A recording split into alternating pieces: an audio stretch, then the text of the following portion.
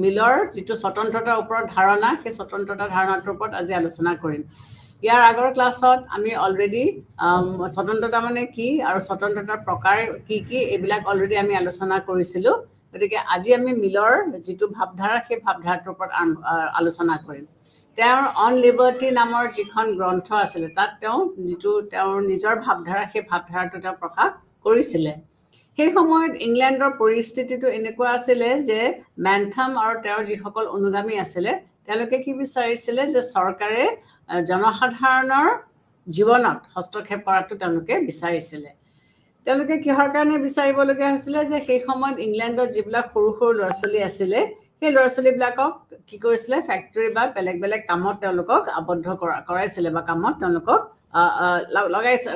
কৰিছিল কামত লগোৱা হৈছিলে গতিকে মেন্থামতে কি বিচাৰিছিলে যে সেইটো বন্ধ কৰিব লাগে আৰু সেইটো বন্ধ কৰিবৰ কাৰণে চৰকাৰে কি কৰিছিলে বিভিন্ন ধৰণৰ কঠোৰ আইন ৰচনা কৰিবলগীয়া হৈছিলে যাৰ ফলত এই সৰু সৰু ল'ৰা ছোৱালীৰ কাম কাজ বন্ধ হৈ গ'ল আৰু তেওঁলোকৰ যিসকল অভিভাৱক আছিলে সেই অভিভাৱকসকলেও এই ল'ৰা ছোৱালীবিলাকক কামলৈ পঠিয়াব নোৱাৰা হ'ল তাৰপিছতে কিছুমান ফেচিষ্ট আইন প্ৰণয়ন কৰা হৈছিলে বা পাছ কৰা হৈছিলে যাৰ জৰিয়তে শ্ৰমিকসকলৰ গতিকে জনস্বাস্থ্য ৰক্ষা কৰিবৰ কাৰণে চৰকাৰে কিছুমান নীতি নিয়ম ৰচনা কৰিছিলে যিবিলাক চৰকাৰে জনসাধাৰণে মানিবলৈ বাধ্য হৈছিলে গতিকে চৰকাৰৰ এই হস্তক্ষেপটো সেই সময়ত খুবেই বেন্থামহঁতে প্ৰয়োজনীয় বুলি ভাবিছিলে সেই সময়ত তেওঁলোকে কি বিচাৰিছিলে যে অধিক সংখ্যক লোকৰ অধিক পৰিমাণৰ সুখ দিবলৈ চৰকাৰে কিছুমান বিধি বিধান ৰচনা কৰিবলগীয়া হৈছিলে গতিকে বেন্থামৰ থিয়ৰিটো আছিলে কি greatest good for the greatest number যে চৰকাৰী যিবিলাক সুবিধা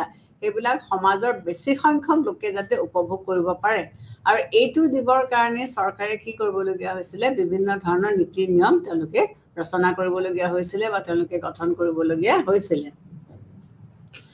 আৰু ঠিক এনে বিধি কাৰ্যকৰী কৰিবৰ কাৰণে চৰকাৰে কি কৰিবলগীয়া হৈছিলে চৰকাৰে বিভিন্ন বিষয়ত হস্তক্ষেপ কৰিবলৈ বাধ্য হৈছিলে এই চৰকাৰে যে বিধি বিধানসমূহ ৰচনা কৰিলে এইবিলাক ইমপ্লিমেণ্ট কৰিবলৈ যাওঁতে বিভিন্ন ক্ষেত্ৰত চৰকাৰে হস্তক্ষেপ কৰিবলগীয়া হৈছিলে গতিকে সেই সময়ত আকৌ আৰু এটা বস্তু চলিছিলে কি যে ভোটাধিকাৰ আৰু অধিকাৰ বৃদ্ধি কৰিবৰ কাৰণে দাবী উত্থাপন হৈছিলে যে এই বস্তুবোৰ যেতিয়া চলি আছিলে যে চৰকাৰে হস্তক্ষেপ কৰি পেলাই জনসাধাৰণৰ স্বতন্ত্ৰতাত হস্তক্ষেপ কৰিবলৈ তেওঁলোকক দিয়া হৈছিলে সেই সময়তে আকৌ আৰু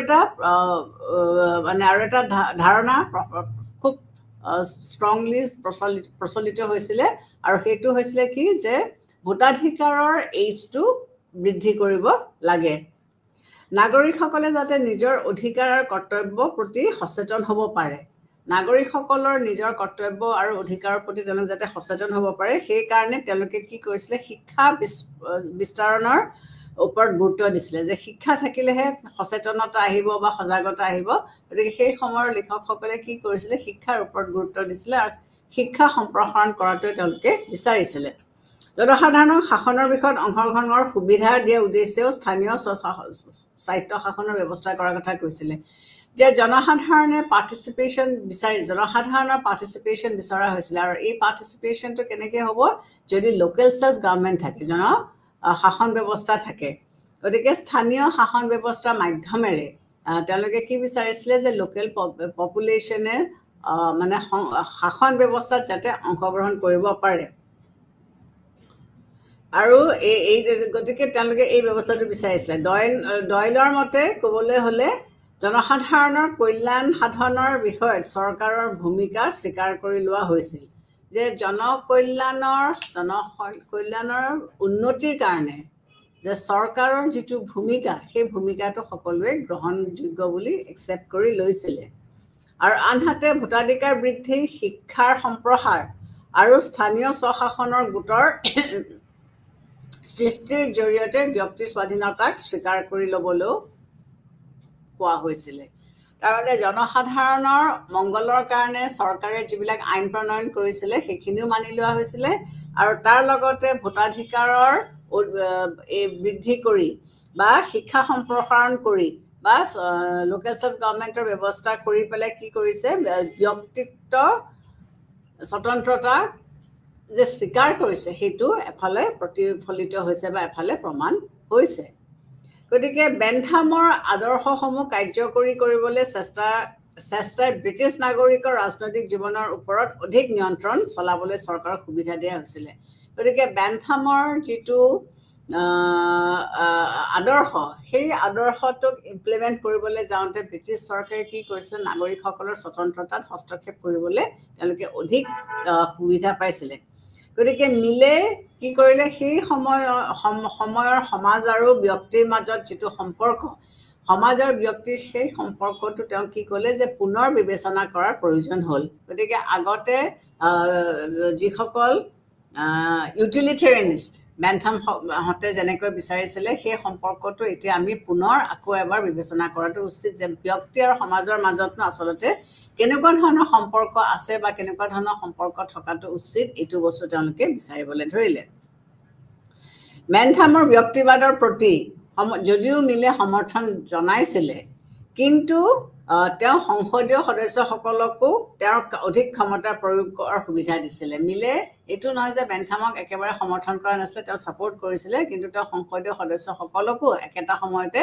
কৈছিলে যে তেওঁলোকক অধিক ক্ষমতা দিয়াটো প্ৰয়োজন তেওঁৰ মতে বিধানমণ্ডলৰ কৰ্তৃত্ব হৈছে শ্ৰেষ্ঠ কৰ্তৃত্ব গতিকে মিলে কিহৰ ওপৰত গুৰুত্ব দিছিলে যে বিধানমণ্ডলৰ কৰ্তৃত্বৰ ওপৰত তেওঁ বিশেষ গুৰুত্ব দিছিলে বিধানমণ্ডলে যিবিলাক আইন গ্ৰহণ কৰিছে সেই আইনবিলাক সংখ্যাগৰিষ্ঠৰ সদস্যৰ সমৰ্থনত গৃহীত হয় গতিকে বিধানমণ্ডলত গ্ৰহণ কৰা যিবিলাক আইন সেইবিলাক সংখ্যাগৰিষ্ঠ সমৰ্থনতহে গ্ৰহণ কৰা হয় গতিকে নাগৰিকৰ জীৱনৰ বিভিন্ন দিশত এই আইনৰ জৰিয়তে নিয়ন্ত্ৰণ চলাব পৰা যায় গতিকে যেহেতু মেজৰিটিৰ দ্বাৰা সেই আইনবিলাক ছাপোৰ্ট হয় গতিকে এই আইনবিলাক প্ৰয়োগ কৰোঁতে বা এই আইনবিলাক পাছ কৰোঁতে আমি ব্যক্তিসকলক নিয়ন্ত্ৰণ কৰিব পৰা যাব বেন্থামে তেওঁৰ তত্ত্বক কাৰ্যকৰী গ্ৰহণ কৰিবলৈ যাওঁতে তেওঁ কি কৰিছিলে যে নাগৰিকৰ স্বাধীনতা সেই সময়ত বিপদ হৈছিলে বেন্থামৰ কথা আছিলে যে যিটো সময়ত তেওঁ ইউটিলিটেৰিয়ানিজমৰ কথা কৈছিলে তেওঁ ভাবিছিলে যে নাগৰিকসকলৰ স্বতন্ত্ৰতা অলপ বিপদত পৰিছিলে গতিকে তেওঁ সেই সময়ছোৱাৰ ভিতৰতে কি কৰিছিলে হেগেলৰ সমাজৰ বিৱৰ্তনৰ চিন্তাধাৰা আৰু স্পেন্সাৰৰ চিন্তাধাৰাৰ মাজৰ ব্যক্তিৰ মাজৰ সম্পৰ্কৰ বিষয়ে পুনৰ বিবেচনা কৰিবলৈ মিলক প্ৰেৰণা যোগাইছিলে গতিকে স্পেন্সাৰ আদিৰ তত্ত্ববিলাক বেন্থামে কি কৰিছিলে তেওঁৰ যিটো ভাৱধাৰা প্ৰকাশ কৰিছিলে সেইটো যে অকণমান সাল সলনি কৰিবৰ হ'ল সেইটো মিলে অনুভৱ কৰিছিলে আৰু তেওঁ আকৌ সমাজ আৰু ব্যক্তিৰ মাজত যিটো সম্পৰ্ক সেইটো সেই সময়ৰ পৰিস্থিতি বা পৰিৱেশক আগত ৰাখি পেলাই তেওঁ পুনৰ তাৰ বিশ্লেষণৰ এটা পৰিচয় তেওঁ দিছিলে গতিকে তেওঁ স্বতন্ত্ৰতা বা লিবাৰ্টি নামৰ গ্ৰন্থখনত তেওঁ কি ধৰণে বিচাৰিছিলে সেইটো তেওঁ প্ৰকাশ দিছে এই স্বতন্ত্ৰতা নামৰ গ্ৰন্থখনৰ মাধ্যমেৰে তেওঁ কি বিচাৰিছিলে যে নাগৰিকৰ চিন্তা মত প্ৰকাশ আৰু কাৰ্যৰ স্বাধীনতাৰ প্ৰতি তেওঁ সমৰ্থন জনাইছিলে যে স্বতন্ত্ৰতা বুলি ক'লে মিলে কি বিচাৰিছিলে যে নাগৰিকসকলক নিজে চিন্তা কৰিবলৈ তেওঁলোকৰ সেই স্বতন্ত্ৰতাটো থাকিব লাগিব বা মত প্ৰকাশ কৰিবলৈ তেওঁলোকৰ সেই সুবিধাটো থাকিব লাগিব আৰু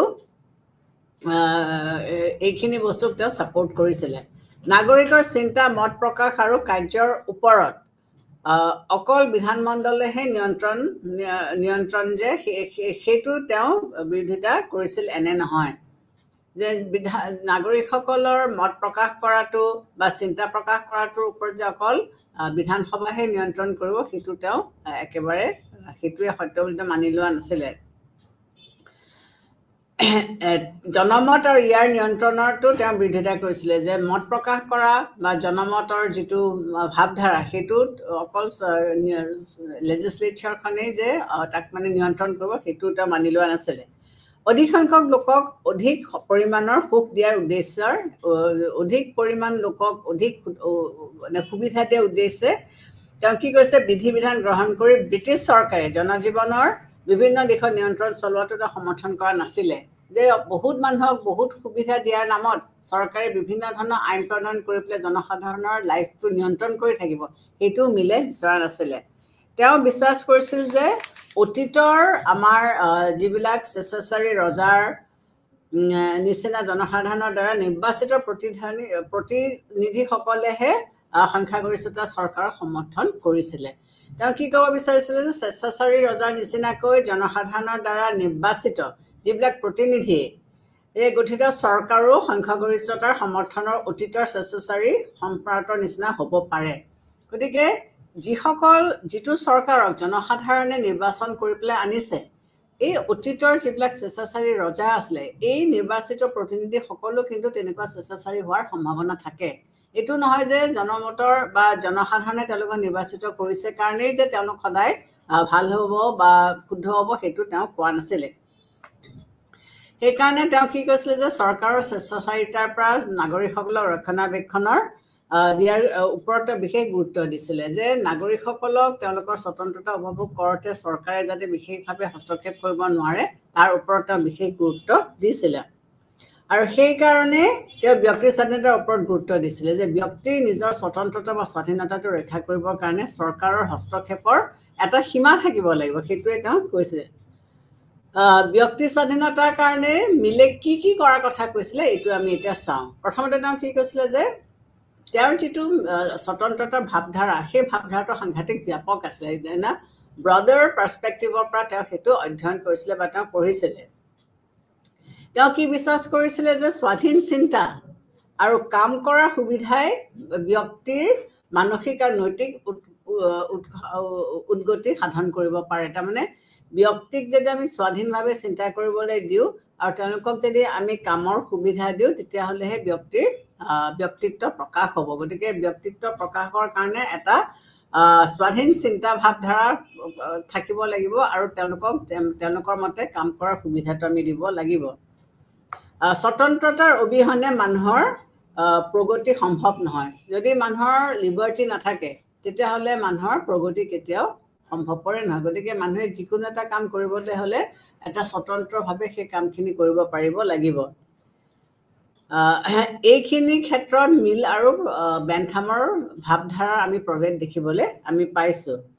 বেন্থামে স্বতন্ত্ৰতাতকৈ উপযোগিতাবাদৰ ওপৰত বেছি গুৰুত্ব দিছিলে। বেন্থামে স্বতন্ত্ৰতাতকৈ উপযোগিতাবাদ, ইউটিলিটেৰিয়ানিজম বুলি যিটো আমি ইংলিছত কওঁ, বেন্থামে ইউটিলিটেৰিয়ানিজমৰ ওপৰত বেছি গুৰুত্ব দিছিলে। তেওঁ উপযোগিতাক সন্তুষ্টি লাভৰ এটা মাধ্যম হিচাপে বিবেচনা কৰিছিলে। গতিকে বেন্থামে কি কৰিছিলে, উপযোগিতাবাদক এটা মাধ্যম হিচাপেহে তেওঁ ব্যৱহাৰ কৰিছিলে। কিন্তু মিলে স্বতন্ত্ৰতাৰ উদ্দেশ্য লাভ কৰা মাধ্যমকে উদ্দেশ্য হিচাপে বিবেচনা কৰিছিলে। গতিকে মিলৰ ধাৰণাটো অকণমান বেলেগ আছিলে। তেওঁ কি বিচাৰিছিলে যে স্বতন্ত্ৰতাৰ উদ্দেশ্য লাভটোৱে হৈছে তেওঁৰ স্বতন্ত্ৰতা। তেওঁৰ মতে স্বতন্ত্ৰতাই হৈছে মানুহৰ নৈতিক উন্নতি সাধন কৰা এটা জৰিয়া। গতিকে স্বতন্ত্ৰতাৰ মাধ্যমেৰে মানুহৰ নৈতিক উন্নতি কৰাটোৱে হৈছে মিলৰ লক্ষ্য বা উদ্দেশ্য। মিলে ব্যক্তি স্বাধীনতাক সমৰ্থন কৰিছিল যদিও বিভিন্নতাৰ ওপৰতো তেওঁ গুৰুত্ব দিছিলে। এইটো নহয় যে মিলে অন্য বস্তুৰ ওপৰত গুৰুত্ব দিয়া নাছিলে। তেওঁ ব্যক্তি স্বাধীনতাক সমৰ্থন কৰিছিলে ঠিকেই, কিন্তু তেওঁ বিভিন্নতাৰ ওপৰতো তেওঁ গুৰুত্ব দিছিলে।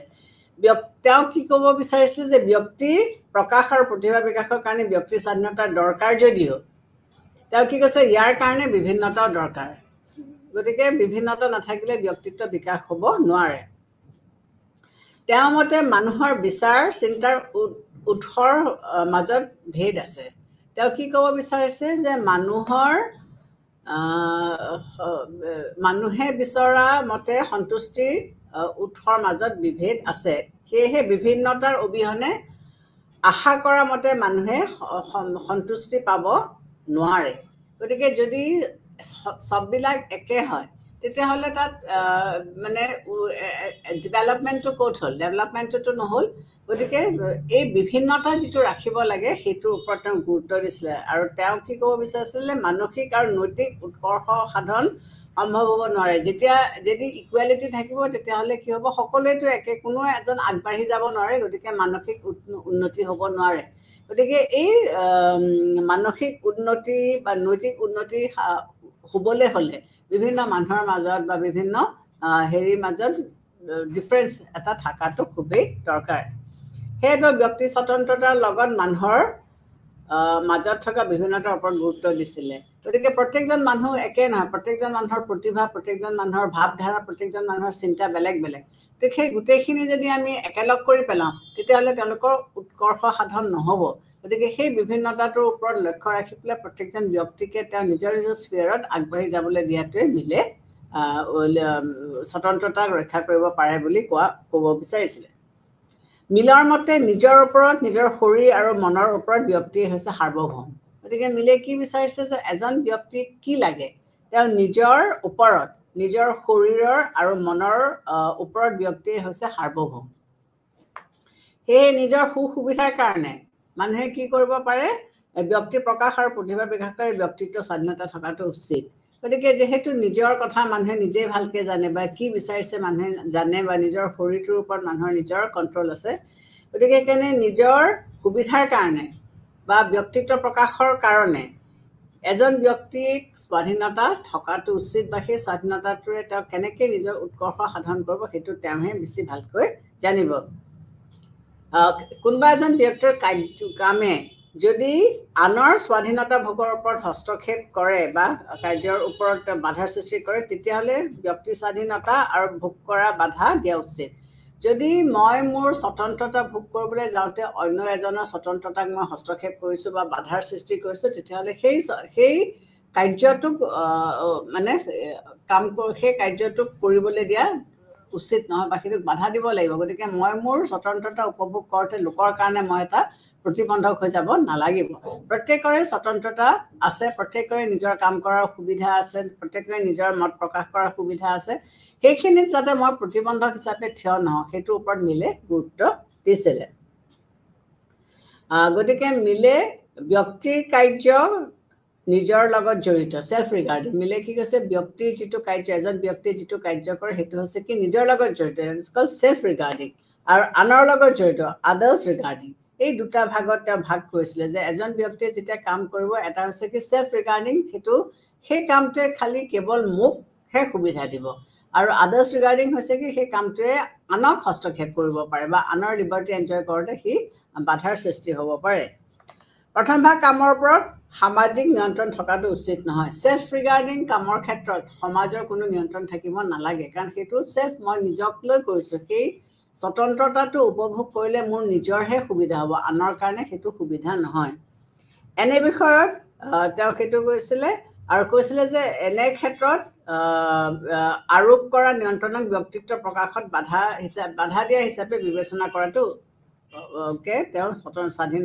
তেওঁ কৈছিলে যে সেইটো যদি কৰা হয় তেতিয়াহ'লে ব্যক্তিত্ব প্ৰকাশত এটা বাধাৰ সৃষ্টি আহিব কিন্তু ব্যক্তি স্বাধীনতা ভোগৰ কাৰ্যত যদি আনৰ স্বতন্ত্ৰতা ভোগৰ কাৰ্যত বাধাৰ সৃষ্টি কৰে তেতিয়াহ'লে কি হ'ব তেনে কাম সমাজে বাধা দিয়াটো উচিত গতিকে সেলফ ৰিগাৰ্ডিং কামৰ ক্ষেত্ৰত কি হৈছে চৰকাৰে বা কোনেও বাধা দিব নোৱাৰে কাৰণ সেইটো মই কাম কৰি মোৰ নিজৰ সুবিধা বা অসুবিধা হ'ব কিন্তু যেতিয়া সমাজ এখনক কেন্দ্ৰ কৰি পেলাই মই এটা কাম কৰিম তেতিয়াহ'লে সেইটো কিন্তু সমাজে বাধা দিব পাৰিব মিলৰ মতে চৰকাৰে জনসাধাৰণৰ সুসন্তুষ্টিৰ ওপৰত গুৰুত্ব দিয়া উচিত গতিকে মিলে কি ক'ব বিচাৰিছে যে চৰকাৰে জনসাধাৰণৰ সুখ সমৃদ্ধিৰ ওপৰত গুৰুত্ব দিয়াটো উচিত আনৰ ধাৰণাৰ সামাজিক সংগঠনৰ অভিভাৱক হ'ব পাৰে যদি সেইটো নকৰে তেতিয়াহ'লে কি হ'ব সমাজত সংগঠনৰ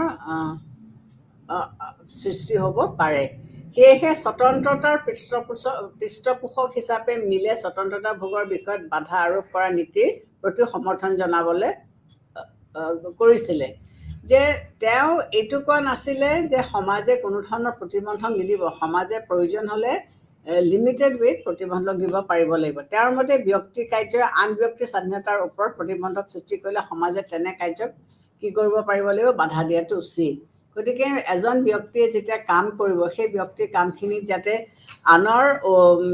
আনৰ কোনো ধৰণৰ অমংগল নহয় বা আনৰ স্বাধীনতা বা স্বতন্ত্ৰতা ভোগ কৰোঁতে অসুবিধা নহয় সেইটোৰ ওপৰত মিলে কি কৰিছে গুৰুত্ব দিছিলে মিলে আৰু এটা কথা কৈছিলে যে সত্য উদ্ভাৱনৰ কাৰণে আগবঢ়োৱা কোনো মতকে বাধা দিয়া উচিত নহয় গতিকে মিলে কিহৰ ওপৰত গুৰুত্ব দিছিলে যে মই কিবা এটা সত্য যদি উদ্ঘাটন কৰিবলৈ গৈছোঁ তেতিয়াহ'লে সেই উদ্ঘাটন কৰিবলৈ যাওঁতে মই সেই সময়ছোৱাত সেইটো বাধা দিয়া উচিত নহয় ইয়াৰ মতে বিভিন্ন মতামতৰ সংঘাতৰ ফলতহে প্ৰকৃত সত্য উদ্ঘাটন হ'ব পাৰে যে কিবা এটা বস্তু যেতিয়া আমি সত্যটো উদ্ঘাটন কৰিবলৈ যাওঁ তেতিয়াহ'লে বিভিন্ন বস্তুৰ মাজত ক্ৰিয়া প্ৰতিক্ৰিয়া এটা হ'ব পাৰে আৰু সেই ক্ৰিয়া প্ৰতিক্ৰিয়াটোৰ ফলতহে আমি এটা সত্য উদ্ঘাটন কৰিব পাৰোঁ কোনো বিষয় যদি এজন ব্যক্তিয়ে বিৰোধিতা কৰে যিকোনো এটা বিষয়বস্তু লৈ পেলাই যদি এজন ব্যক্তিয়ে বিৰোধিতা কৰে তেতিয়াহ'লে তেওঁৰ মতক উপেক্ষা কৰাটো উচিত নহয় 10 জনে হয়তো সেই মতটোক ছাপোৰ্ট কৰিছে এজনে অপ'জ কৰিছে সেই অপ'জ কৰা মানুহজনেনো কিয় অপ'জ কৰিছে সেইটো শুনাটো দৰকাৰ যে এজনে অপ'জ কৰিছে তেওঁক আমি নেগলেক্ট কৰিছোঁ তেওঁক আমি বাদ দিছোঁ সেইটো কৰাটো উচিত একেবাৰে নহয় গতিকে মিলৰ মতে এজনৰ বাহিৰে সমগ্ৰ মানৱ জাতিয়ে যদি একমতত উপনীত হয় মই যেটো অকমান আগতে ক'লো যে এটা বিষয়বস্তু লৈ পেলাই যদি সমগ্ৰ মানৱ জাতি একগোট হয় এজনেহে বিৰোধিতা কৰিছে সেই ব্যক্তিৰ মতটোকো আমি বিবেচনা কৰিব লাগিব তাক উপেক্ষা কৰাটো উচিত নহয় যে তেওঁলোক কিয় সেই কামটো কৰিলে সেইটো আমি জানিবলৈ চেষ্টা কৰিব লাগিব সেই ব্যক্তিৰ মত শুদ্ধ হ'ব পাৰে নাইবা ভুল হ'ব পাৰে নাইবা তেওঁৰ মতত অধিক অংশ শুদ্ধ হ'ব পাৰে বা তেওঁৰ মতটো মানে আংশিকভাৱে শুদ্ধ হ'ব পাৰে বা আংশিকভাৱে ভুল হ'ব পাৰে যিয়েই নহওক যদি তেওঁৰ মতটো তেওঁ প্ৰকাশ কৰিছে তেতিয়াহ'লে সেই মতটোক আমি উপেক্ষা কৰাটো উচিত নহয় তেওঁ শুদ্ধ হ'ব পাৰে তেওঁ আংশিকভাৱে ভুলো হ'ব পাৰে তেওঁ আংশিকভাৱে শুদ্ধ হ'ব পাৰে যিয়েই নহওক যিহেতু তেওঁ এটা মত প্ৰকাশ কৰিছে আৰু এফালে 10 জন মানুহে এটা মত প্ৰকাশ কৰিছে কিন্তু এই এজন মানুহৰ মতক আমি উপেক্ষা কৰিব নাপায় গতিকে কেতিয়াবা সেই গোটেই মানুহখিনিও ভুলকৈ ভাবিব পাৰে আৰু এজন মানুহৰ মতটোৱে হয়তো শুদ্ধ হ'ব পাৰে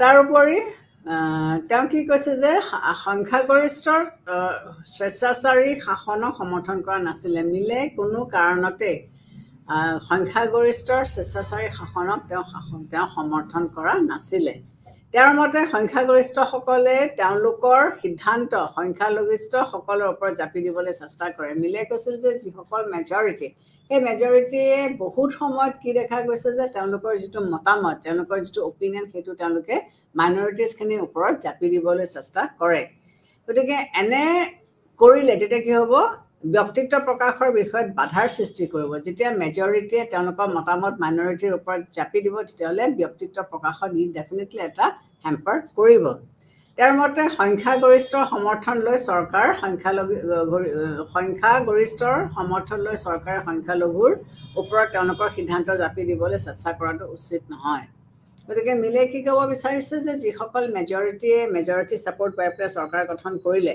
তেওঁলোকে মাইনৰিটিজৰ ওপৰত তেওঁলোকৰ মতামত জাপি দিয়াটো একেবাৰে অনুচিত অৰ্থাৎ মিলে সংখ্যালঘুৰ স্বাৰ্থ ৰক্ষাৰ ওপৰত গুৰুত্ব দিছিলে গতিকে আনহাতে আমি ক'বলৈ গ'লে এইটোৱে ক'ব পাৰিম যে মিলে যিসকল মাইনৰিটিজ সেই মাইনৰিটিজসকলৰ স্বাৰ্থ ৰক্ষা কৰাৰ ওপৰত তেওঁ গুৰুত্ব দিছিলে মিলে তেওঁৰ স্বতন্ত্ৰতাৰ ধাৰণাৰ লগত কিছুমান বিষয় জড়িত কৰি তুলিছিলে যেনে যিসকল লোকে নিৰ্দিষ্ট কিছুমান গুণ আছে তেনে লোকেহে স্বতন্ত্ৰতাৰ ব্যাপক অৰ্থ বুজিব পাৰিব মিলে কিছুমান কথা কৈছিলে যে তেওঁ কি কৈছিলে যে যিসকল মানুহৰ বিশেষ কিছুমান গুণ আছে সেই মানুহসকলেহে স্বতন্ত্ৰতা কি সেইটো বুজিব পাৰিব সকলো মানুহে বুজি নাপায় যিসকল লোক মানসিকভাৱে উন্নত নহয় তেওঁলোকৰ ক্ষেত্ৰত স্বতন্ত্ৰতাৰ ধাৰণা প্ৰযোজ্য নহয় গতিকে মানুহে স্বতন্ত্ৰতা ভোগ কৰিবলৈ হ'লে কিছুমান বিশেষ সুবিধা তেওঁলোকৰ হাতত থাকিব লাগিব বা কিছুমান বিশেষ গুণ তেওঁলোকৰ হাতত থাকিব লাগিব যাৰ হাতত এই বিশেষ গুণবিলাক নাই তেওঁলোকে সেই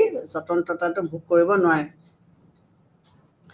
সেইকাৰণে তেওঁ কি কৈছিলে যিসকল বৰ্বৰসকলৰ শাসন কৰে তেনে সেইসকলে কি কৈছে স্বেচ্ছাচাৰী শাসক হিচাপে নিযুক্তি শাসন হিচাপে তেওঁলোকে বিবেচনা কৰিছিলে গতিকে যিসকল বাৰ্বেৰিয়ানছ আছিলে ধৰা সেইসকলে তেওঁলোকৰ যিটো শাসন চলাইছিলে সেইটো চবৰে ওপৰত তেওঁলোকে জাপি দিছিলে বাকীসকল মানুহে কি বিচাৰিছিলে কেনেকৈ বিচাৰিছিলে সেইটো তেওঁলোকে ভবা নাছিলে গতিকে এনে চৰকাৰৰ উদ্দেশ্য যদিও শাসিতসকলৰ উন্নতি সাধন কৰা হয় কিন্তু আচলতে তেওঁলোকে সেইটো কেতিয়াও কৰিব নোৱাৰে যিসকলে স্বেচ্ছাচাৰী হিচাপে শাসন চলাই নিজৰ মতামত আনৰ ওপৰত জাপি দিয়ে সেইসকলে কেতিয়াও লোকৰ উন্নতিৰ কথা চিন্তা কৰিব নোৱাৰে এই ক্ষেত্ৰত আমি ক'ব পাৰোঁ যে তেওঁৰ এই যুক্তিৰ জৰিয়তে ইংৰাজসকলে উপনিৱেশক শাসন কৰাৰ তেওঁ যথাযথতা স্বীকাৰ কৰিছিলে মিলে নিৰ্বাচিত প্ৰতিনিধিসকলৰ স্বাধীনভাৱে মত প্ৰকাশ কৰাৰ অধিকাৰ মানি লৈছিলে। মিলে কি বিচাৰিছিলে যে যিসকল প্ৰতিনিধিয়ে মানে তেওঁৰ নিৰ্বাচিত যিসকল প্ৰতিনিধি আছিলে স্বাধীনভাৱে মত প্ৰকাশ কৰাৰ অধিকাৰ কৈছিলে যে যিসকল নিৰ্বাচিত প্ৰতিনিধি তেওঁলোকৰতো নিজৰ এটা মত আছে, গতিকে তেওঁলোকে নিৰ্বাচিত হ'ল কাৰণে তেওঁলোকে এটা স্পেচিফিক ভাৱধাৰাৰ মাজেৰে তেওঁলোকৰ মতামত প্ৰকাশ কৰিব লাগিব, এইটো তেওঁ বিচৰা নাছিলে। তেওঁৰ মতে প্ৰতিনিধিসকলে নিজৰ নিজৰ সমষ্টিৰ লোকক প্ৰতিনিধিত্ব কৰে যদিও তেওঁ কি ক'ব বিচাৰিছিলে যে প্ৰতিনিধিসকলে নিজৰ নিজৰ সমষ্টিক প্ৰতিনিধিত্ব কৰে যদিও তেওঁলোকৰ সমষ্টিৰ লোকৰ জনমতকে বিধানমণ্ডলত দাঙি ধৰাটো উচিত নহয়। তেওঁলোকে এটা এৰিয়া ৰেপ্ৰেজেণ্ট কৰিছে ঠিকেই, কিন্তু সেই এৰিয়াটোৰ মানুহখিনিয়ে কি বিচাৰিছে সেই মতামতটো তেওঁলোকে সংসদৰ মজিয়াত দাঙি ধৰাটো উচিত নহয়। ব্যক্তি হিচাপে এই প্ৰতিনিধিসকলৰ কি আছে, তেওঁলোকৰ নিজৰ কিছুমান জ্ঞান আছে। এজ এন ইণ্ডিভিজুৱেল এই ব্যক্তিসকলৰ নিজৰ কিছুমান জ্ঞান আছে, তেওঁলোকৰ অভিজ্ঞতা আছে আৰু চিন্তা শক্তি আছে। গতিকে তেওঁলোকে স্বাধীনমুখে তেওঁলোকে কিছুমান ৰাজনৈতিক আৰু সামাজিক সমস্যা সমাধানৰ কাৰণে প্ৰতিনিধিসকলক স্বাধীনভাৱে নিজৰ মত প্ৰকাশ কৰিবলৈ দিয়াটো উচিত বুলি মিলে কৈছিলে। যে এটা সমষ্টিক তেওঁলোকে ৰেপ্ৰেজেণ্ট কৰিছে ঠিকেই, কিন্তু সেই ৰেপ্ৰেজেণ্টেড এৰিয়াটোৰ ব্যক্তিসকলে কি ধৰণে ভাবিছে এই ৰেপ্ৰেজেণ্টেটিভসকলেও যে সেই একেধৰণে ভাবিব লাগিব তেনেকুৱা কোনো কথা নাই। তেওঁলোকৰ নিজৰ নিজৰ মত এটা আছে, তেওঁলোকৰ নিজৰ নিজৰ অভিজ্ঞতা আছে। গতিকে সেই মত অভিজ্ঞতা প্ৰয়োগ কৰি পেলাই তেওঁলোকে নিজৰ মতামতো তেওঁলোকে দাঙি ধৰিব পাৰিব লাগিব। অকল জনমতৰ মতটোৱেই যে তেওঁলোকৰে মত সেইটো ক'লে তেওঁলোকে নহ'ব, নিজৰ পৰিচয়টো তেওঁলোকে দিব পাৰিব লাগিব। মিলে ব্যক্তি স্বাধীনতাৰ ওপৰত গুৰুত্ব দিছিলে ঠিকেই, কিন্তু সামাজিক নীতি নিয়ম আৰু দেখাচাৰ আদিকো তেওঁ বিশেষ গুৰুত্ব দিছিলে। তেওঁ ব্যক্তি স্বাধীনতাৰ ওপৰতো পৰম্পৰাগতভাৱে চলি অহা যিবিলাক লোকাচাৰ যিবিলাক দেখাচাৰ এইবিলাকৰ ওপৰতো তেওঁ গুৰুত্ব দিছিলে। প্ৰাচীন কালৰ পৰা প্ৰচলিত আমাৰ যিবিলাক দেখাচাৰ আছিলে সেইবিলাকৰ বিষয়ে তেওঁ উল্লেখ কৰিছিলে। তেওঁৰ মন্তব্য কৰিছিলে যে স্বতন্ত্ৰতাৰ ভোগৰ কাৰ্যই যদি নিজৰ উপকাৰ নকৰে আৰু আনৰ অন্যায় কৰে তেতিয়াহ'লে সমাজে এনে অধিকাৰ ভোগৰ বিষয়ত বাধা আৰোপ কৰাটো উচিত। গতিকে তেওঁ কি ক'ব বিচাৰিছিলে যে স্বতন্ত্ৰতা অধিকাৰ বা ভোগ কৰিবলৈ যাওঁতে যদি আনৰ উপকাৰ নকৰে বা নিজৰো অন্যায় কৰে তেতিয়াহ'লে তেনে স্বতন্ত্ৰতা ভোগ কৰাৰ কোনো অধিকাৰ নাই। মিলৰ মতে ৰাষ্ট্ৰীয় স্বাৰ্থ ৰক্ষা কৰাত ব্যক্তি স্বাধীনতাই বাধাৰ সৃষ্টি কৰিলে তেনে কামত বাধা দিয়াটো উচিত। গতিকে মিলে কি ক'ব বিচাৰিছিলে যে ৰাষ্ট্ৰীয় স্বাৰ্থ ৰক্ষা কৰাত ব্যক্তি স্বাধীনতাই বাধাৰ সৃষ্টি কৰিলে তেনে কামক বাধা দিয়াটো উচিত। গতিকে এইখিনিয়ে হৈছে মিলৰ ভাৱধাৰা স্বতন্ত্ৰতাৰ ওপৰত। এতিয়া আমি চাওঁ এটা বিশ্লেষণ কৰি যে তেওঁৰ এই ভাৱধাৰাটোৰ ফলৰ পৰানো আমি কি পালোঁ। মিলৰ মতে ব্যক্তি স্বাধীনতাৰ ধাৰণা সকলো বয়সৰ লোকৰ ক্ষেত্ৰত প্ৰযোজ্য নহয়। মিলে স্বতন্ত্ৰতাক বা ব্যক্তি স্বাধীনতাক সকলো লোককে উপভোগ কৰিবলৈ তেওঁ দিব খোজা নাই। তেওঁ কি ক'ব বিচাৰিছে যে কম বয়সীয়া যিসকল ল'ৰা ছোৱালী আছে এই ল'ৰা ছোৱালীবোৰৰ ওপৰত স্বতন্ত্ৰতা ধাৰণাটো প্ৰযোজ্য নহয়। কাৰণ তেওঁলোকে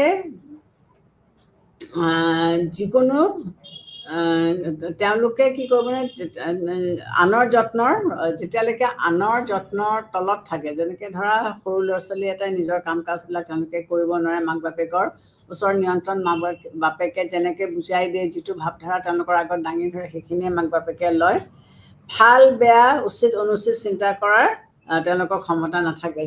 যিটো মুহূৰ্তলৈকে তেওঁলোকক এই সৰু সৰু ল'ৰা ছোৱালী যাৰ নিজৰ মত নাই, মাক বাপেকৰ মতে তেওঁলোকৰ মত বা তেওঁলোকে ভাল বেয়া ভুল শুদ্ধ এইটো বিবেচনা কৰিব নোৱাৰে, তেনেলোকৰ ওপৰত স্বতন্ত্ৰতা জাপি দিয়াৰ তেওঁ কোনো যুক্তি নেদেখিব। তেওঁলোকক স্বতন্ত্ৰতা দিয়াৰ তেওঁ কোনো মিল লক্ষ্যপাতি নহয়।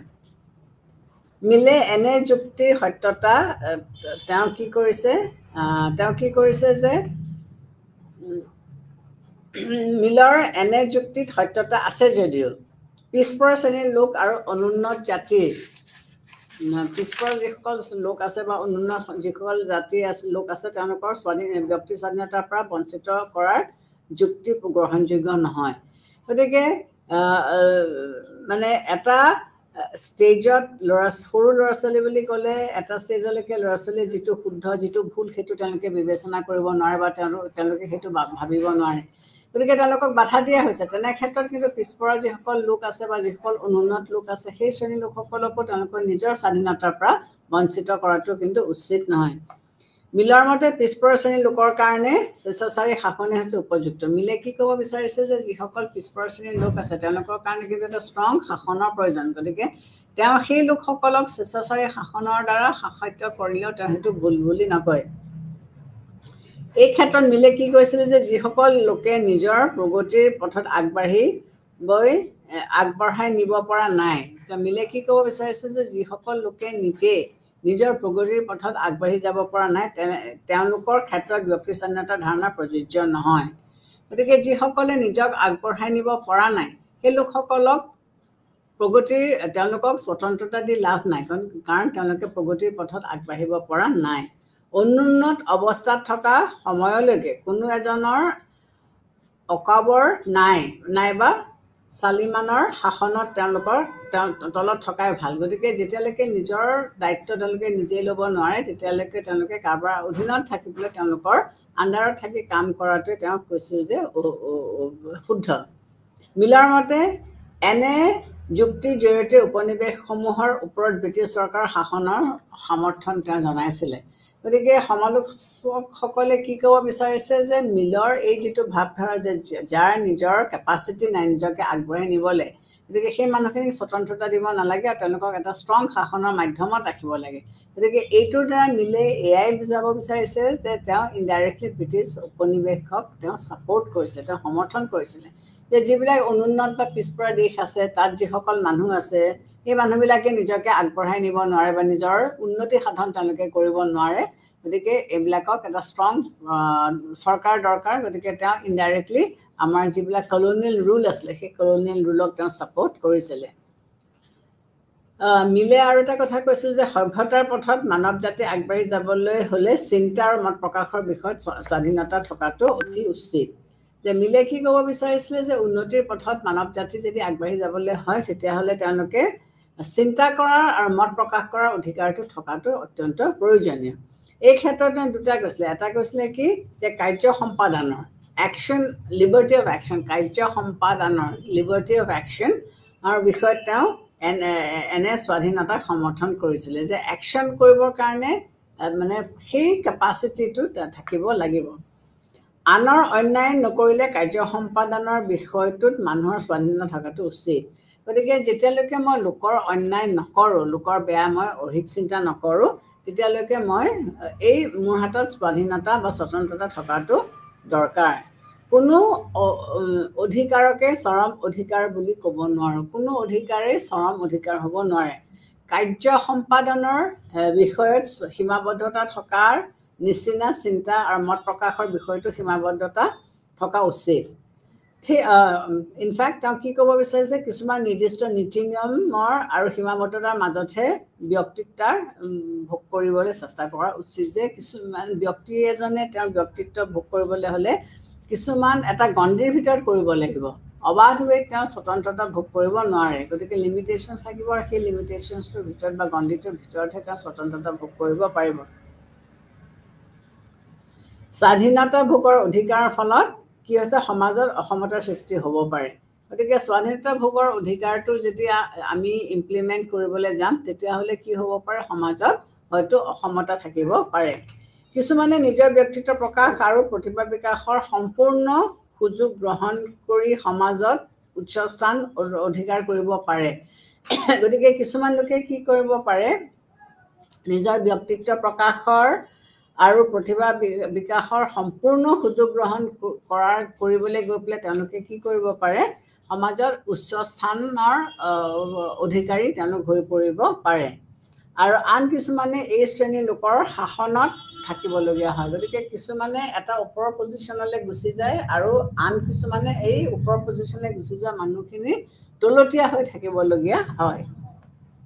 মিলে সংখ্যাগৰিষ্ঠৰ শাসনৰ ওপৰত গুৰুত্ব দিয়া নাছিলে। মিলে মেজৰিটি ৰুলৰ শাসনৰ ওপৰত গুৰুত্ব দিয়া নাছিলে। কিন্তু কোনো ধৰণৰ শাসনে স্বশাসনতকৈ ভাল হ'ব নোৱাৰে, সেইটোও তেওঁ কৈছিলে যে কোনো ধৰণৰ শাসনে স্বশাসনতকৈ ভাল হ'ব নোৱাৰিব। সেয়ে তেওঁৰ এই দৃষ্টিভংগীৰ পৰা বিচাৰ কৰিলেও মিলৰ স্বাধীনতাত সীমাবদ্ধতা দেখা যায়। গতিকে মিলৰ এই দৃষ্টিভংগীটোৰ পৰা যদি আমি বিচাৰ কৰোঁ তেতিয়া আমি কি দেখিবলৈ পাওঁ যে তেওঁ কিছুমান সীমাবদ্ধতাৰ কথা তেওঁ কৈছিলে। বাৰ্কে মিলক অসাৰ স্বাধীনতা বা এম্পটি লিবাৰ্টি আৰু বিমূৰ্ত ব্যক্তি এবষ্ট্ৰেক্ট ইণ্ডিভিজুৱেল পৃষ্ঠপোষক হিচাপে অভিহিত কৰিছিল। বাৰ্কাৰে তেওঁক কি কৈছিলে যে তেওঁ এজন এম্পটি লিবাৰ্টি বা তেওঁ এজন এবষ্ট্ৰেক্ট ইণ্ডিভিজুৱেল এই বুলিহে তেওঁক কৈছিলে। মিলে স্বতন্ত্ৰতাই যে বাধাহীন স্বতন্ত্ৰতাক নুবুজায়। মিলে কি ক'ব বিচাৰিছিলে যে স্বতন্ত্ৰতা মানে বাধাহীন স্বতন্ত্ৰতাক নুবুজায় আৰু কিছুমান ব্যক্তিয়ে লগ হৈ যে সমাজ নহয় এই বিষয়ে চিন্তা কৰা নাই। গতিকে তেওঁ এই ধৰণেও কৈছিলে যে কিছুমান ব্যক্তিক লৈ পেলাই যে এখন সমাজৰ সেইটো তেওঁ কোৱা নাছিলে। ব্যক্তিৰ প্ৰগতি আৰু সমাজৰ উন্নতিৰ কাৰণে ব্যক্তিৰ প্ৰগতি আৰু সমাজৰ উন্নতিৰ কাৰণে চিন্তা আৰু মত প্ৰকাশ স্বাধীনতাটো খুবেই দৰকাৰ। যে ব্যক্তিৰ প্ৰগতিৰ কাৰণে আৰু সমাজৰ উন্নতিৰ কাৰণে মত প্ৰকাশ কৰাটো সাংঘাতিক প্ৰয়োজন। কিন্তু স্বতন্ত্ৰতাক বাধাহীন স্বাধীনতা হিচাপে বিবেচনা কৰাতকৈ তেওঁ কি কৈছিল যে স্বতন্ত্ৰতাক বাধাহীন স্বাধীনতা হিচাপে বিবেচনা কৰাতকৈ সকাৰাত্মক হিচাপে বিবেচনা কৰাটো উচিত। গতিকে সেইটো কৰাতকৈ সকাৰাত্মক হিচাপে বিবেচনা কৰাটো উচিত। অৰ্থাৎ সমাজৰ প্ৰগতিৰ কাৰণে সমাজৰ ডেভেলপমেণ্টৰ কাৰণে যিটো কৰা উচিত সেই কৰাকেই তেওঁ স্বতন্ত্ৰতা হিচাপে বিবেচনা কৰিছিলে। যে সমাজ এখনৰ উন্নতিৰ কাৰণে যিখিনি কাম কৰাটো প্ৰয়োজন সেইখিনিকে তেওঁ কি ক'ব বিচাৰিছিলে স্বতন্ত্ৰতা বুলি ক'ব বিচাৰিছিলে। অৱশ্যে বিপদজনক কাম কৰা বাধা দিয়াটো তেওঁ সমৰ্থন কৰিছিলে। যে যদি কিবা এটা কামে সমাজৰ বিপদ আনে তেতিয়াহ'লে সেই কামটোক কিন্তু বাধা দিয়াটো মিলে ছাপোৰ্ট কৰিছিলে। বিপদজনক দলং এখন পাৰ হোৱাত বাধা দিয়া। যেনেকৈ তেওঁ কৈছিল যে এখন দলং খুবেই ৰিস্কি হৈ আছে, কোনোবা মানুহ যদি পাৰ হৈ থাকিলে তেওঁ টুপুককৈ পানীত পৰি যাব পাৰে, সেইটো তেওঁৰ জীৱনৰ কাৰণে এটা প্ৰব্লেম হ'ব পাৰে। গতিকে তেনেকুৱা কাম কৰাত মানুহজনক বাধা দিব পৰা যায়। গতিকে তেওঁ সেইটোক উচিত বুলি কৈছে। তথাপিও স্বতন্ত্ৰতাৰ প্ৰকৃত অৰ্থত তেওঁ বিচাৰ কৰা নাছিলে। গতিকে তেওঁ সেইটোক কৈছিলে যে সেই মানুহজনৰ সেইফালেদি পাৰ হৈ যোৱাটোৰ স্বতন্ত্ৰতা বা অধিকাৰ আছে, কিন্তু সেই অধিকাৰটো যদি বিপদাপন্ন হয় তেতিয়াহ'লে তেওঁক সেইটো বাধা দিব লাগে। গতিকে গ্ৰীণৰ স্বতন্ত্ৰতাৰ ধাৰণাৰ ওপৰতহে অধিক গুৰুত্ব দিয়া উচিত। গতিকে গ্ৰীণে যিটো স্বতন্ত্ৰতাৰ বিষয়ে কৈছিলে সেইটোৰ ওপৰত বেছি গুৰুত্ব দিয়াৰ উচিত। গ্ৰীণৰ মতে সমাজৰ মংগলৰ কাৰণে গ্ৰীণে কি কৈছিলে যে সমাজৰ মংগলৰ কাৰণে যিটো কাম কৰা উচিত স্বতন্ত্ৰতাই সেই কৰাকেহে বুজায়। গতিকে মিলে কি ক'ব বিচাৰিছিলে যে আমি এই ক্ষেত্ৰত গ্ৰীণকহে আমি বেছি ছাপৰ্ট দিম। গ্ৰীণে কি ক'ব বিচাৰিছিলে যে যিটো জনসাধাৰণৰ মংগলৰ কাৰণে যিটো কাম কৰা উচিত সেইটো স্বতন্ত্ৰতাৰ ওপৰতহে আমি বিশেষ গুৰুত্ব দিয়াটো উচিত। দ্বিতীয়তে সমাজ কিছুমান ব্যক্তিৰ সমষ্টিয়ে নহয়, ই এটা গোট আৰু সংগঠন। সমাজ কেৱল কিছুমান ব্যক্তিক লৈ পেলাই গঠন কৰা নহয়, ই এটা গোট আৰু ই এটা সংগঠন। এজনৰ কাৰ্যৰ ওপৰত আনৰ সুবিধা অসুবিধা নিৰ্ভৰ কৰে। গতিকে এজনৰ কাৰ্যৰ আন এজনৰ সুবিধা অসুবিধাৰ ওপৰত নিৰ্ভৰ কৰে। তেওঁৰ ব্যক্তি স্বতন্ত্ৰতাৰ ওপৰতহে গুৰুত্ব দিছিলে। তেওঁ ব্যক্তিৰ স্বতন্ত্ৰতাৰ মিলে ব্যক্তিৰ স্বতন্ত্ৰতাৰ ওপৰতহে গুৰুত্ব দিছিলে, সমাজৰ উন্নতিৰ ওপৰত তেওঁ গুৰুত্ব দিয়া নাছিলে। সেয়েহে বাৰ্কাৰে মিলৰ অসাৰ স্বতন্ত্ৰতাৰ বিমূৰ্ত ব্যক্তিৰ পৃষ্ঠপোষকতা হিচাপে অভিহিত কৰিছিলে। গতিকে মিলে সমাজৰ উন্নতিৰ কথা তেওঁ কোৱা নাছিলে, তেওঁ ব্যক্তিৰ গ্ৰোথৰ কথা তেওঁ কৈছিলে। সেইকাৰণে বাৰ্কাৰে তেওঁ কি কৈছিলে অসাৰ স্বাধীনতা বা বিমূৰ্ত ব্যক্তি বুলি তেওঁ কৈছিলে। তেওঁ অকল ইণ্ডিভিজুৱেলৰ ওপৰত তেওঁ ফ'কাছ কৰিছিলে বা ইণ্ডিভিজুৱেলৰ ওপৰত তেওঁ গুৰুত্ব দিছিলে। ব্যক্তিৰ কাৰ্যক মিলে নিজৰ লগত জড়িত আৰু আনৰ লগত জড়িত এই দুটা ভাগত ভাগ কৰিছিলে। গতিকে মিলে ব্যক্তিৰ কামক দুটা ভাগত ভাগ কৰিছিলে, এটা নিজৰ লগত জড়িত, এটা আনৰ লগত জড়িত। তেওঁৰ মতে ব্যক্তি নিজৰ লগত জড়িত বিষয়সমূহত কোনেও হস্তক্ষেপ কৰা উচিত নহয়। গতিকে মিলে কি ক'ব বিচাৰিছে যে ব্যক্তিয়ে যিবিলাক কাম নিজৰ ওপৰত বা নিজৰ কাৰণে কৰে সেইবিলাকৰ ওপৰত কোনেও হস্তক্ষেপ কৰাটো উচিত নহয়। কিন্তু ব্যক্তিৰ কামক এনে দুটা স্পষ্ট ভাগত ভাগ কৰিব নোৱাৰে, কিন্তু ব্যক্তিৰ কামত আনৰ কাম বা নিজৰ কাম এনেকুৱা দুটা ভাগত সুস্পষ্টভাৱে ভাগ কৰাটো অসুবিধা। এজনৰ ক্ৰিয়া আনৰ ওপৰত প্ৰতিক্ৰিয়াৰ সৃষ্টি কৰে, এইটো স্বাভাৱিক কথা যে এটা কৰ্মই আনটো কৰ্মৰ ওপৰত ক্ৰিয়া কৰিবই, গতিকে ক্ৰিয়া প্ৰতিক্ৰিয়া তাত চলিবই। ব্যক্তিৰ কামক এনে দুটা ভাগত ভাগ কৰাৰ ধাৰণাই তেওঁক সমাজখনৰ এটা গোট হিচাপে বিবেচনা কৰাত বাধা দিছে। গতিকে ব্যক্তিৰ কামক যেতিয়া তেওঁ দুটা এনেকুৱা এটা নিজৰ কামৰ গোটৰ কাম হিচাপে তেওঁ ভাগ কৰি পেলাইছে, তেনেস্থলত আমি সমাজখনক এটা গোট হিচাপে আমি কি কৰিব পৰা নাই, বিবেচনা কৰাত বাধা দিছে। গতিকে ব্যক্তিক লৈ পেলাই সমাজ নহয়, সমাজ এখনক আমি এটা সংগঠন হিচাপে আমি অকণমান দিয়াৰ আগতে পঢ়ি আহিছোঁ যে আমি এটা সংগঠন হিচাপে লৈছোঁ, এইটোৱে বাধাৰ সৃষ্টি কৰিছে। মিলে কিছুমান ব্যক্তিৰ সমষ্টিকে সমাজ হিচাপে বিবেচনা কৰিছিলে। মিলে কিছুমান ব্যক্তিৰ লৈ পেলাই এখন সমাজ বুলি তেওঁ বিবেচনা কৰিছিলে। সমাজ এখনক এটা গোট হিচাপে বিবেচনা কৰা নাছিলে। মিলে সমাজক গোট হিচাপে বিবেচনা কৰা নাছিলে। এইটোৱে আছিল তেওঁৰ চিন্তাধাৰাৰ প্ৰধান দুৰ্বলতা। গতিকে সমাজক তেওঁ গোট হিচাপে চিন্তা নকৰাটোৱে আছিলে তেওঁৰ চিন্তাধাৰাৰ এটা প্ৰধান দুৰ্বলতাৰ কাৰণ। আৰু এই দুৰ্বলতাৰ ফলতে স্বতন্ত্ৰতা সম্পৰ্কে এটা সঠিক ধাৰণাত উপনীত হ'ব পৰা নাছিলে। আৰু এই ড্ৰবেক্সটো থকাৰ কাৰণে তেওঁ এটা সঠিক বা স্পষ্ট এটা ধাৰণাত তেওঁ উপনীত হ'ব পৰা নাছিলে। ব্যক্তিৰ পূৰ্ণতা প্ৰাপ্তিৰ কাৰণে তেওঁ স্বতন্ত্ৰতাৰ ওপৰত গুৰুত্ব দিছিল। যদিও তেওঁ সমাজৰ ব্যক্তিৰ মাজৰ সম্পৰ্ক ভালদৰে বিবেচনা কৰি নোচোৱাৰ ফলত তেনে অসাৰ স্বতন্ত্ৰতা আৰু বিমূৰ্ত ব্যক্তিৰ পৃষ্ঠপোষক হিচাপে তেওঁ বিবেচনা কৰা হৈছিলে। গতিকে তেওঁ যিটো ধৰণে ব্যাখ্যা কৰিব লাগিছিলে সেই ধৰণে ব্যাখ্যা কৰিব নোৱাৰাৰ ফলত তেওঁক আমি কি কৰিবলগীয়া হ'ল, অসাৰ স্বাধীনতা বা বিমূৰ্ত ব্যক্তি হিচাপে আমি তেওঁক আখ্যা দিবলগীয়া হ'ল।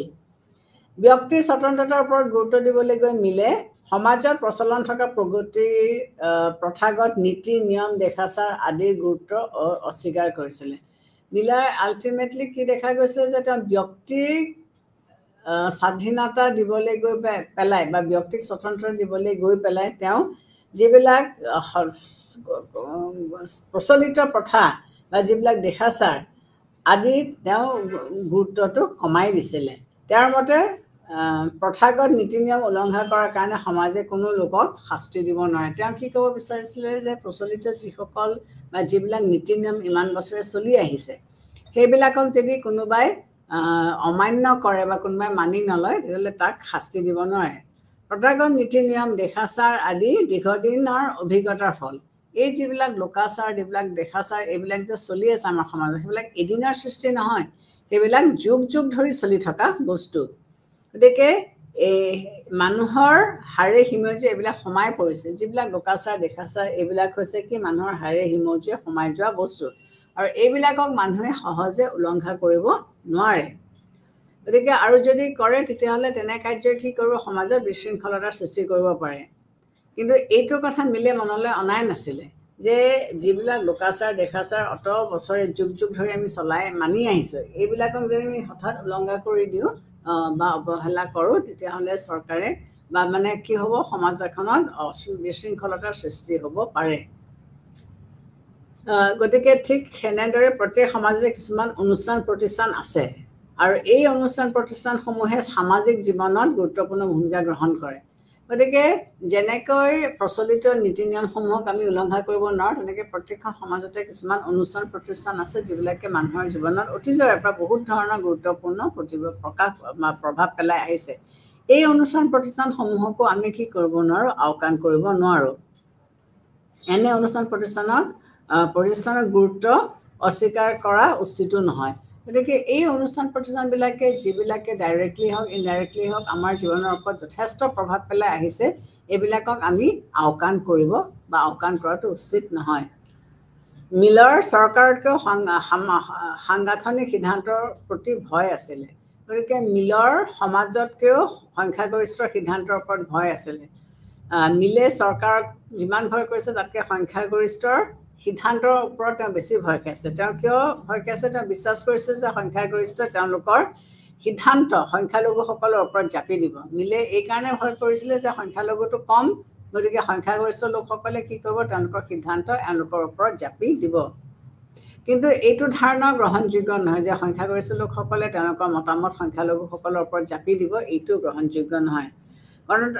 গণতান্ত্ৰিক দেশৰ বিধানমণ্ডলত আলোচনাৰ জৰিয়তে সিদ্ধান্ত গ্ৰহণ কৰা হয়। সাধাৰণতে এখন গণতান্ত্ৰিক দেশত কি হয়, আলাপ আলোচনাৰ মাধ্যমেৰেহে যিকোনো এটা সিদ্ধান্তত উপনীত কৰা হয়। এই সম্পৰ্কত সংখ্যালঘুসকলেও নিজৰ নিজৰ মত প্ৰকাশ কৰাৰ অধিকাৰ পাইছে। গতিকে সংখ্যালঘুসকলেও কেতিয়াও নিজৰ মত প্ৰকাশ কৰিবলৈ নিদিয়াকৈ তেওঁলোকক আমি ৰাখিব নোৱাৰোঁ। সেয়েহে কোনো এক শ্ৰেণীৰ লোকে আন এক শ্ৰেণীৰ লোকৰ ওপৰত সিদ্ধান্ত জাপি দিয়াটো উচিত নহয়। গতিকে কোনোবা এজন লোকে এজনৰ ওপৰত বা আন এজনৰ ওপৰত জাপি দিয়াটো উচিত নহয়। মিলৰ স্বাধীনতাৰ দৃষ্টিভংগীও নেতিবাচক। আনে কি কৰা উচিত নহয় সেই বিষয়ে তেওঁ সেই বিষয়ৰ ওপৰত তেওঁ গুৰুত্ব দিছে, কিন্তু কি কৰা উচিত সেই ওপৰত গুৰুত্ব তেওঁ দিয়া নাই। কি কৰিব নালাগে সেইটোৰ ওপৰত তেওঁ গুৰুত্ব ঠিকেই দিছে, কিন্তু কি কৰাটো উচিত সেইটোৰ ওপৰত তেওঁ কোনো গুৰুত্ব দিয়া নাই। মিলৰ স্বতন্ত্ৰতাৰ ধাৰণা স্পষ্ট নহয়। সমালোচকসকলে ক'ব বিচাৰিছে যে মিলৰ যিটো স্বতন্ত্ৰতাৰ ধাৰণা সেইটো স্পষ্ট নহয়। স্বতন্ত্ৰতাই বাধা নথকা অৱস্থাক বুজায় নে ব্যক্তিয়ে নিজৰ ইচ্ছামতে কাম কৰিব পৰা অৱস্থাক বুজায়, এই বিষয়ে মিল স্পষ্ট নহয়। গতিকে তেওঁলোকে কি ক'ব বিচাৰিছে যে যিটো স্বতন্ত্ৰতাৰ ধাৰণা সেইটো স্বতন্ত্ৰতাই বাধা নথকা অৱস্থাক বুজায় নে ব্যক্তিয়ে নিজৰ ইচ্ছামতে কাম কৰিব পৰা অৱস্থাক বুজায়, সেইটো বিষয়ে মিলে কোনো স্পষ্টভাৱে আমাক আভাস দিব পৰা নাই। গতিকে সেইকাৰণে কৈছে যে মিলৰ যিটো স্বতন্ত্ৰতাৰ ভাৱধাৰা সেইটো একেবাৰে সম্পূৰ্ণৰূপে স্পষ্ট নহয়। গতিকে এইখিনিয়ে হৈছে মিলৰ স্বতন্ত্ৰতাৰ ওপৰত ধাৰণা। এতিয়া আমি চাওঁ লাস্কিয়ে কি কৈছে। লাস্কিয়ে তেওঁ কেইবাখনো গ্ৰন্থ লিখিছিলে। সেই গ্ৰন্থকেইখনত তেওঁ নিজৰ যিটো ভাৱধাৰা লিবাৰ্টিৰ ওপৰত সেই ভাৱধাৰাটো তেওঁ প্ৰকাশ কৰিছিলে। তেওঁ কিতাপকেইখন আছিলে author in modern state, grammar of politics আৰু লিবাৰ্টি ইন মডাৰ্ণ ষ্টেট। এই তিনিখন গ্ৰন্থত তেওঁ স্বতন্ত্ৰতাৰ বিষয়ে ভাৱধাৰা তেওঁ লিখিছিলে।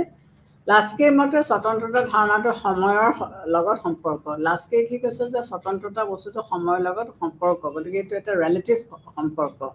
ঐতিহাসিক পটভূমিৰ পৰা যদি আমি ইয়াক বিশ্লেষণ কৰি চাওঁ তেতিয়াহ'লে সৃষ্টি হোৱা ক্ৰিয়া প্ৰতিক্ৰিয়াৰ লগত স্বতন্ত্ৰ তেওঁ তিনিটা দিশৰ বিষয়ে স্বতন্ত্ৰতাৰ ক্ষেত্ৰত তেওঁ তিনিটা দিশ উল্লেখ কৰিছিলে। এটা হৈছে ব্যক্তিগত স্বতন্ত্ৰতা, প্ৰাইভেট স্বতন্ত্ৰতা বা প্ৰাইভেট লিবাৰ্টি, এটা হৈছে ৰাজনৈতিক স্বতন্ত্ৰতা, পলিটিকেল লিবাৰ্টি, আৰু আনটো হৈছে ইকনমিক লিবাৰ্টি।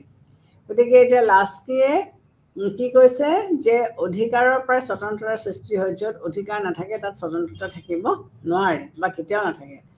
লাস্কিয়ে তিনিটা কথা উল্লেখ কৰিছে। এটা হৈছে কি ব্যক্তিগত স্বতন্ত্ৰতা, এটা হৈছে কি আৰ্থিক স্বতন্ত্ৰতা, আৰু এটা হৈছে কি ৰাজনৈতিক স্বতন্ত্ৰতা। এতিয়া ব্যক্তিগত স্বতন্ত্ৰতা বা প্ৰাইভেট লিবাৰ্টি বুলি আমি যিটো কওঁ, এইটোৰ বিষয়ে তেওঁ কি কৈছে যে যিবোৰ বিষয়ে ব্যক্তিয়ে নিজে নিৰ্বাচিত কৰিব পাৰে। ব্যক্তিগত স্বতন্ত্ৰতা বুলি কওঁতে ব্যক্তিগত স্বতন্ত্ৰতা বুলি কওঁতে তেওঁ কি ক'ব বিচাৰিছে যে যিবোৰ বিষয়ত ব্যক্তিয়ে নিজে নিৰ্বাচিত কৰিব পাৰে আৰু যিবোৰ বিষয়ে অকল ব্যক্তিৰ নিজৰ ওপৰতহে প্ৰভাৱ বিস্তাৰ কৰে, তেনে বিষয়ক ব্যক্তিগত স্বতন্ত্ৰতাৰ অন্তৰ্ভুক্ত বুলি কোৱা হয়। যে যিবোৰ বিষয়বস্তু অকল ব্যক্তিজনেহে এনজয় কৰে, ব্যক্তিজনৰ নিজৰ বিষয়বস্তু, সেইবিলাককে তেওঁ প্ৰাইভেট লিবাৰ্টি বুলি কৈছে। ব্যক্তিগত স্বতন্ত্ৰতাৰ উত্তম উদাহৰণ হৈছে ধৰ্ম। ব্যক্তিগত স্বতন্ত্ৰতাৰ উত্তম এক্সাম্পল তেওঁ কি দিব বিচাৰিছে, তেওঁ ধৰ্ম বুলি কৈছে। ধৰ্ম বুলি কিয় কৈছে যে ব্যক্তিয়ে নিজৰ অভিৰুচি অনুযায়ী ধৰ্ম গ্ৰহণ আৰু ধৰ্ম চৰ্চা কৰিব পাৰে। ব্যক্তিয়ে নিজৰ ইচ্ছা অনুযায়ী যেতিয়া ধৰ্ম গ্ৰহণ কৰিব বা ধৰ্ম চৰ্চা কৰিব, সেইটোৱে হৈছে তেওঁ চৰম স্বতন্ত্ৰতা। এজনৰ ধৰ্ম চৰ্চাই আন এজন ব্যক্তিৰ অধিকাৰত ভোগৰ বাধাৰ সৃষ্টি কৰিব নোৱাৰে। এজন ব্যক্তিয়ে যেতিয়া নিজৰ অভিৰুচি অনুযায়ী ধৰ্মৰ প্ৰচাৰ কৰে, সেইটোৱে আনক কিন্তু বাধা দিব নোৱাৰে। আইনে ব্যক্তিগত স্বতন্ত্ৰতাক ভোগৰ ৰক্ষণাবেক্ষণ দিব নোৱাৰিলে ব্যক্তিৰ স্বতন্ত্ৰতাৰ বাধাপ্ৰাপ্ত হ'ব। আইনে যদি এজন ব্যক্তিয়ে নিজৰ স্বতন্ত্ৰতা উপভোগ কৰোঁতে তেওঁক ৰক্ষণাবেক্ষণ দিব নোৱাৰে, তেতিয়াহ'লে সেইটোৱে আকৌ তেওঁক কি কৰিব, এই সম্পূৰ্ণ পাৰ্চনেল লিবাৰ্টি এনজয় কৰোঁতে এটা প্ৰতিবন্ধক হিচাপে আহি পৰিব বা বাধাৰ সৃষ্টি হ'ব। ৰাজনৈতিক স্বতন্ত্ৰতা, পলিটিকেল লিবাৰ্টি, ৰাষ্ট্ৰীয় কাৰ্যত সক্ৰিয় অংশগ্ৰহণ কৰাৰ সুবিধাকে লাস্কিয়ে ৰাজনৈতিক স্বতন্ত্ৰতা হিচাপে অভিহিত কৰিছিলে। গতিকে লাস্কিৰ ৰাজনৈতিক অধিকাৰ বুলি কওঁতে কি বিচাৰিছে যে ৰাষ্ট্ৰীয় কাৰ্যত সক্ৰিয়ভাৱে অংশগ্ৰহণ কৰাৰ সুবিধাকে লাস্কিয়ে ৰাজনৈতিক স্বতন্ত্ৰতা হিচাপে কৈছিলে, যে পলিটিকেল ফিল্ডত এজন ব্যক্তিয়ে সম্পূৰ্ণৰূপে অংশগ্ৰহণ কৰিব পৰাটোকে তেওঁ ৰাজনৈতিক স্বতন্ত্ৰতা বুলি তেওঁ কৈছিলে। ৰাজনৈতিক ক্ষমতাই কৰ্তৃত্ব লাভৰ সুবিধাক বুজায়। গতিকে যেতিয়া এজন ব্যক্তিয়ে ৰাজনৈতিক স্বতন্ত্ৰতা বুজায়, তেওঁ ৰাজনৈতিক কৰ্তৃত্ব উপভোগ কৰাৰ সুবিধা বুজায়। লাস্কিৰ মতে ৰাজনৈতিক স্বতন্ত্ৰতাক ভোগৰ কাৰণে দুটা চৰ্ত থকাটো প্ৰয়োজন। প্ৰথমে প্ৰত্যেক নাগৰিকে শিক্ষাৰ অধিকাৰ থকাটো উচিত। গতিকে ৰাজনৈতিক স্বতন্ত্ৰতা ভোগ কৰিবৰ কাৰণে লাস্কিয়ে কি বিচাৰিছে, শিক্ষাৰ অধিকাৰ থকাটোৰ কথা কৈছিলে। শিক্ষাই মানুহৰ নিজৰ মনৰ প্ৰভাৱ প্ৰকাশ কৰাত সুবিধা দিয়ে। শিক্ষা থাকিলে মানুহে কি হয়, তেওঁলোকে পোহৰ দেখে। তাৰমানে মানুহে যিকোনো এটা পৰিৱেশ তেওঁলোকে বিশ্লেষণ কৰি চাব পাৰে। তেওঁলোকে ব্যক্তিয়ে নিজৰ সমস্যাৰ বাহিৰেও তাৰমানে কথাবিলাক বুজি পায়। নিজৰ সমস্যাৰ বাহিৰে তেওঁলোকে কি কৰিব পাৰে, সমাজৰ সমস্যাৰ কথাও তেওঁলোকে বিবেচনা কৰি চাব পাৰে বা তেওঁলোকে বুজি পায়। শিক্ষাই মানুহৰ মনবিলাক পোহৰ কৰি তোলে, ব্ৰড কৰি তোলে, আৰু প্ৰত্যেকটা বস্তুকে তেওঁলোকে কি কৰিব পাৰে, এটা মানে বেলেগ এটা দিশৰ পৰা তেওঁলোকে মানে পৰ্যবেক্ষণ কৰি চাব পৰা হৈ পৰে। তাৰোপৰি শিক্ষাই মানুহক নিজৰ যিখন সমাজত তেওঁ বসবাস কৰিছে, সেই সমাজখনেনো কেনেকুৱা ধৰণৰ সমস্যাৰ সন্মুখীন হৈছে সেইটোৰো মুখামুখি কৰি তোলে। যে এজন ব্যক্তিয়ে সমাজ এখনত থাকি পেলাই কি ধৰণৰ সমস্যাৰ সন্মুখীন হৈছে সেইটো তেওঁ ভালকৈ বুজি পায়। গতিকে তেওঁৰ প্ৰথমটো হৈছে কি, যে শিক্ষা লাগে। ৰাজনৈতিক সফলতা আনিবলৈ হ'লে, স্বতন্ত্ৰতা ভোগ কৰিবলৈ এজন ব্যক্তিক শিক্ষাৰ প্ৰয়োজন। আৰু দ্বিতীয়তে ৰাজনৈতিক স্বতন্ত্ৰতাই বাতৰি কাকতৰ স্বাধীনতাক বুজায়। আৰু দ্বিতীয়তে মিলে কি ক'ব বিচাৰিছে, লাস্কিয়ে কি ক'ব বিচাৰিছে, যে প্ৰেছৰ ফ্ৰীডমৰ কথা কৈছে। যে এজন ব্যক্তিয়ে ৰাজনৈতিক স্বতন্ত্ৰতা সফল কৰিবলৈ হ'লে তেওঁ বাতৰি কাকতৰ স্বতন্ত্ৰতাৰ কথা কৈছে। সাধাৰণতে সংবাদ পত্ৰসমূহৰ ওপৰত পুঁজিপতিসকল নিয়ন্ত্ৰণ থাকে। আমি নৰ্মেলি কি দেখিবলৈ পাওঁ, যে আমাৰ সমাজ ব্যৱস্থাত যিসকল পুঁজিপতি আছে, এই পুঁজিপতিসকলে আমাৰ যিটো প্ৰচাৰ মাধ্যম, সেই প্ৰচাৰ মাধ্যমটো নিয়ন্ত্ৰণ কৰে। আৰু সেই নিয়ন্ত্ৰণৰ মাধ্যমেৰে তেওঁলোকে যি ধৰণৰ এটা নিউজ প্ৰকাশ কৰিবলৈ বিচাৰে, সেই ধৰণে তেওঁলোকে প্ৰকাশ কৰাই দিয়াব পাৰে। গতিকে সংবাদ পত্ৰই পুঁজিপতিৰ স্বাৰ্থৰ কাৰণে বিকৃত বাতৰি পৰিৱেশন কৰিব পাৰে। গতিকে এই যিসকল নাগৰিক, এই নাগৰিকসকলে কি কৰিব পাৰে, মানে যিসকল পুঁজিপতি, এই পুঁজিপতিসকলে নিজৰ স্বাৰ্থ ৰক্ষাৰ কাৰণে প্ৰেছক তেওঁলোকে নিজে মেনিপুলেট কৰিব পাৰে, তেওঁলোকৰ মতে কাম কৰাব পাৰে। যদি আমি শুদ্ধ সংবাদ নাপাওঁ, তেতিয়াহ'লে জনসাধাৰণে যিকোনো এটা ভাল বা শুদ্ধ সিদ্ধান্ত গ্ৰহণ কৰিব নোৱাৰে। গতিকে ভাল ইনফৰ্মেশ্যন বা কাৰেক্ট ইনফৰ্মেশ্যনখিনি পালেহে যিকোনো এটা বিষয়বস্তুৰ যেতিয়া উদ্ভৱ হ'ব, তেতিয়া এই জনসাধাৰণসকলে তাৰ বিষয়ে তেওঁলোকে চিন্তা ভাৱনা কৰিব পাৰিব। বিকৃত তথ্য পাতিৰ ভিত্তিত গ্ৰহণ কৰা সিদ্ধান্ত কেতিয়াও শুদ্ধ সিদ্ধান্ত হ'ব নোৱাৰে। গতিকে বিকৃত সিদ্ধান্ত এটা কেতিয়াও শুদ্ধ হ'ব নোৱাৰে। গতিকে প্ৰেছ মিডিয়া বা আমাৰ যিটো আমি চতুৰ্থ স্তম্ভ বুলি কওঁ, এই চতুৰ্থ স্তম্ভটোৱে সঠিক নিউজ জনসাধাৰণৰ আগত দাঙি ধৰিব লাগিব, তেতিয়াহে জনসাধাৰণে এটা সিদ্ধান্ত ল'ব পাৰিব। গতিকে এই সিদ্ধান্ত যদি ভুল হয়, তেতিয়াহ'লে এনেকুৱা ধৰণৰ অসুবিধা হ'ব। গতিকে ৰাজনৈতিক সিদ্ধান্ত এটা যিকোনো এটা ৰাজনৈতিক সিদ্ধান্ত গ্ৰহণ কৰিবলৈ হ'লে এটা নিৰ্ভুল তথ্য জনসাধাৰণৰ আগত দাঙি ধৰিব পাৰিব লাগিব। অৰ্থনৈতিক স্বতন্ত্ৰতা, তৃতীয়টো হৈছে কি, অৰ্থনৈতিক স্বতন্ত্ৰতা। এই অৰ্থনৈতিক স্বতন্ত্ৰতাই কামৰ অধিকাৰক বুজায়। মানুহ নিবনুৱা হৈ বহি নথকা অৱস্থাক আৰু নিজৰ দৰকাৰৰ কাম কৰাৰ তেওঁলোকে যিখিনি কাম কৰিছে, সেই কাম কৰাৰ অনুযায়ী জোখমতে যদি মজুৰি পায়, তাকেই স্বতন্ত্ৰতা, আৰ্থিক স্বতন্ত্ৰতা বুলি তেওঁ ক'ব বিচাৰিছে। যে প্ৰত্যেকজন ব্যক্তিয়ে কাম কৰাৰ অধিকাৰ থাকিব লাগিব, আৰু এই কাম কৰাৰ অধিকাৰসমূহক তেওঁলোকে কি কৰিব লাগিব,